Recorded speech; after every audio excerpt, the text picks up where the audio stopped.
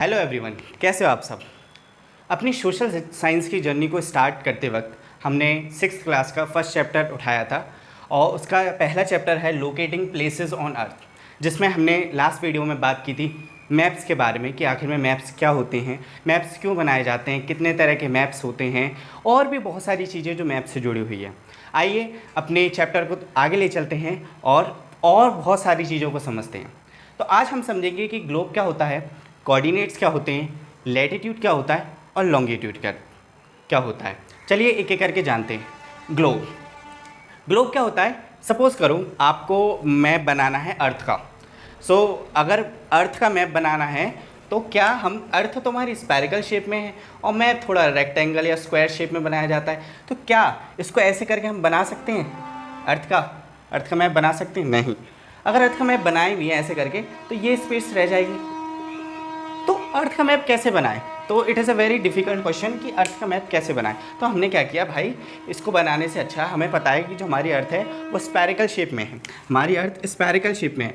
तो कोई हम एक और चीज़ ले लेते हैं स्फेरिकल शेप की छोटी सी और उसके थ्रू हम अर्थ को समझते हैं। तो हमने क्या किया, मान लो हमने एक फुटबॉल ले ली या हमने कोई संतरा ले लिया या हमने कोई बॉल ले ली जो स्फेरिकल गोल शेप की है, ठीक है। तो उसी पे हमने क्या बनाया, उसी पे मैप बना दिया हमने अर्थ का कि अर्थ पर ज़मीन कहाँ है, अर्थ पर पानी कहाँ है, ये सारी चीज़ें बना दी। तो उसी को हम बोलते हैं ग्लोब। जैसे ये एक ग्लोब है, हमने बता दिया कि ये ज़मीनी हिस्सा है, ये पानी का हिस्सा है अर्थ पे, और ये छोटा सा मॉडल है ताकि हम अर्थ को अच्छी तरीके से समझ सकें।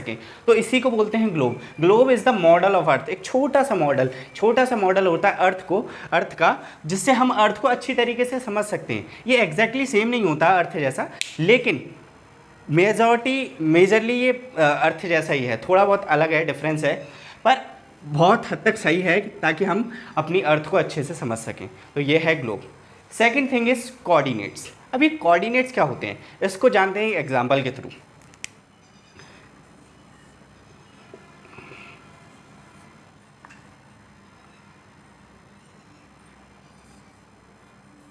सपोज करो ये गेट है और ये एक छोटी सी मार्केट है।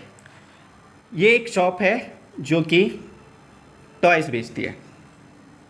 ये एक शॉप है जो टॉयज़ बेचती है और आप एक टॉय लेके आए, आपके दोस्त को भी बहुत अच्छा लगा। आपके दोस्त ने कहा तो कहाँ से लेके आया, तो आपने बताया कि मैं ऐसे ऐसे मार्केट से लेके आया।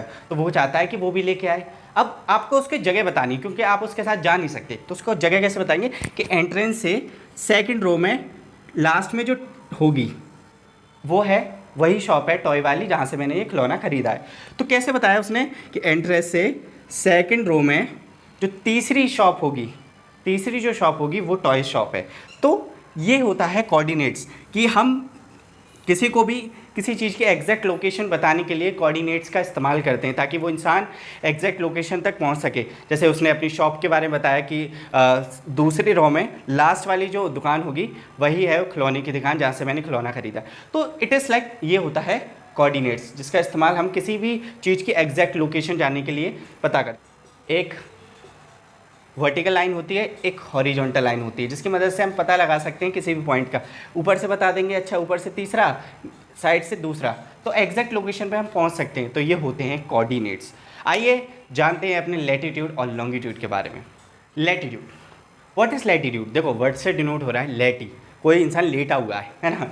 तो ये लाइंस होती हैं जो इमेजिनरी लाइंस हम अर्थ पर मान रहे हैं कि जो वेस्ट से ईस्ट चल रही हैं, जो लाइन्स अर्थ पर वेस्ट से ईस्ट हैं, जो इमेजिनरी लाइंस हैं, ये अर्थ पर नहीं है, लेकिन हम अर्थ को समझने के लिए ये लाइंस बना रहे हैं। तो ये लाइंस, ठीक है, जो कि वेस्ट से ईस्ट जा रही हैं। जो बीच की लाइन होगी, जो अर्थ है उसको दो भागों में बांट रही है, ये जो बीच की लाइन है इसको बोलते हैं हम 0 डिग्री लैटिट्यूड।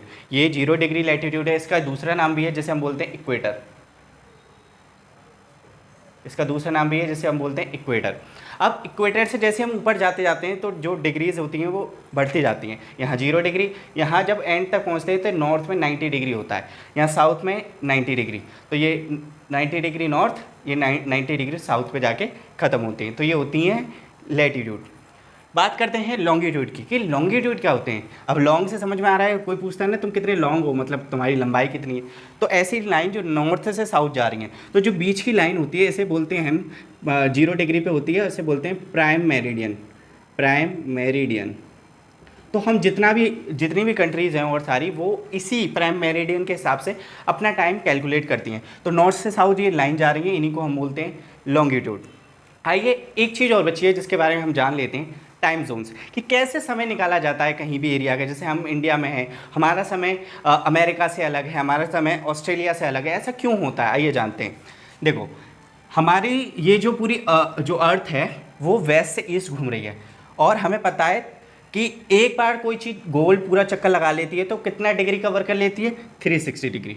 और कितने टाइम में अर्थ एक चक्कर लगा रही है, ये 24 घंटे में, है ना, ये तो हमने पढ़ा है। तो देखते हैं कि एक घंटे में कितना चक्कर लगाएगी। तो देखा, हमने डिवाइड किया तो हमने देखा कि एक घंटे में 15 डिग्री कवर कर रही है हमें, ठीक है। तो सपोज़ करो ये प्राइम मेरिडियन है, सपोज़ क्या करो है ये, मान लो अभी ये प्राइम मेरिडियन है, और हर 15 डिग्री पे क्या हो रहा है, टाइम चेंज हो रहा है। देखो, अगर हम ईस्ट की तरफ जा रहे हैं, ईस्ट की तरफ जा रहे हैं, तो हर 15 डिग्री पे +1 हो रहा है, 1 घंटा बढ़ रहा है। 30 डिग्री पे तो 2 घंटे बढ़ेंगे, इसी तरह 45 डिग्री पे 3 घंटे बढ़ेंगे। और वहीं हम वेस्ट की तरफ जाएंगे तो टाइम घटेगा, वो -1 होगा अगर 15 डिग्री पे हैं। 30 डिग्री पे -2 हो जाएगा, 2 घंटे कम हो जाएंगे। तो सपोज़ करो यहाँ 12 बज रहे हैं, ठीक है। तो 15 डिग्री पे जो भी जगह होगी, यहाँ पे कोई भी कंट्री हो सकती है, ये इस पर बना है, ठीक है, कोई भी कंट्री हो सकती है, तो उसमें +1 1 घंटा जुड़ जाएगा। तो 12 बज रहे हैं तो 1 बज जाएगा। फिर 30 डिग्री पे कितने बज रहे होंगे, 2 बज रहे होंगे, 2 घंटे आगे। वहीं अगर हम पीछे की तरफ चलें तो यहाँ भी कोई कंट्री होगी, अगर यहाँ 12 बज रहे हैं तो यहाँ -1 मतलब 11 बज रहे हैं। यहाँ कितने बज रहे होंगे, यहाँ पे -2 हो जाएगा, यहाँ पे 10 बज रहे होंगे इस एरिया में, ठीक है। तो ये होता है टाइम जोन, जिसकी वजह से हम किसी भी देश का टाइम को कैलकुलेट करते हैं। जैसे हमारा इंडिया है, वो प्राइम मेरिडियन है, उसके टाइम से, जो प्राइम मेरिडियन के टाइम से हम 5.5 घंटे आगे हैं। तो हम अपना जो टाइम है उसी हिसाब से 5.5 घंटे हम आगे चलते हैं। तो इसी तरीके से पूरे जो वर्ल्ड है उसकी जितनी भी कंट्रीज़ हैं वो अपना टाइम इसी हिसाब से कैलकुलेट करती हैं। तो आई होप आपको लैटिट्यूड, लॉन्गिट्यूड और बहुत सारी चीज़ें, ये पूरा चैप्टर समझ में आया हो। आपको कोई भी चीज़ ऐसी लगती है जो आपको समझ में नहीं आई अच्छे से, तो कमेंट सेक्शन में जाइए और वहाँ लिखिए, मैं उस चीज़ को रिसॉल्व करने की पूरी कोशिश करूँगा। At last I just want to say thanks a lot मेरी वीडियोस देखने के लिए, और मुझे ऐसे ही सपोर्ट करते रहो।